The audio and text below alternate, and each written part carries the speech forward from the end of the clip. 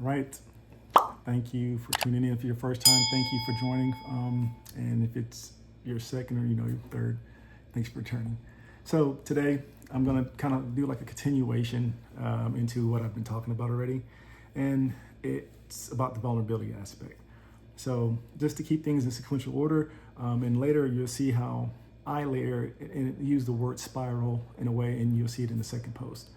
So there should be a post already up there, and this is going to be something that I wrote when I woke up early this morning. This my mind is thinking, so I start writing things, and you see it's titled "As Below, As Above," and this is what it reads: In the sauna, I looked into the light and saw a projection, false light, loud and blinding, pretending to rescue us from darkness. But darkness is not the absence; it's just less.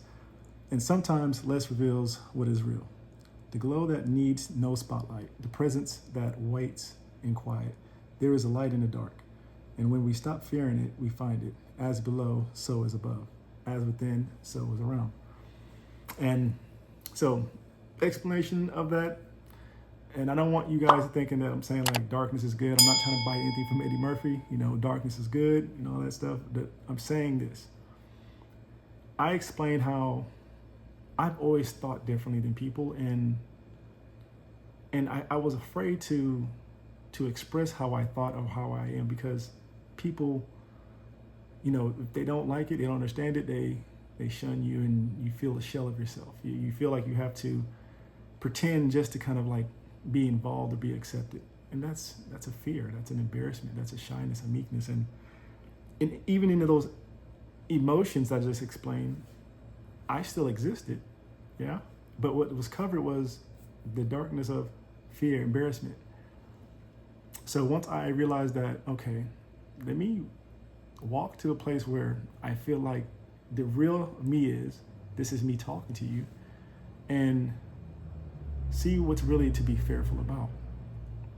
That's stepping into the dark and realizing that the true light, who I am, is here. And this is me talking.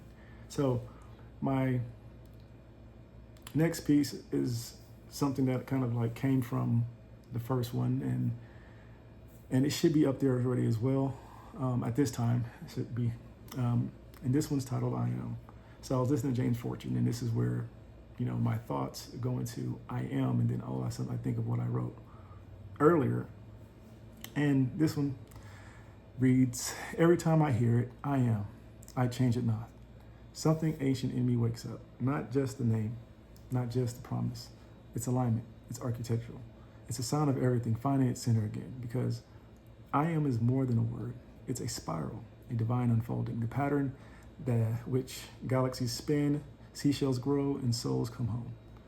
The Fibonacci spiral doesn't strive. It remembers, each curve a quiet returning, each turn a deeper yes. So when I hear I am, I'm not being asked to chase anything. I'm being called into resonance, into the authority that was waiting for me before I even knew to reach for it. This is not becoming. So that Fibonacci spiral is problems in our lives that we continue to face. It's a new one today, but it's a cycle of what you had before. You've been through this before, and our job is to start being aware, and you learn. And I think that listening to the I am is like, what do you want? What do you want yourself to be? You don't see that you've already been working for it. Give yourself the credit, and see how strong you actually are. This is pretty much what I got from it. And if you have anything that you want to elaborate or question, like, please feel free. I don't mind it. I love seeing some feedback, because I want to be able to expand other perspectives. So please don't forget to like and subscribe. Thank you for coming in, and hopefully we start to grow this population.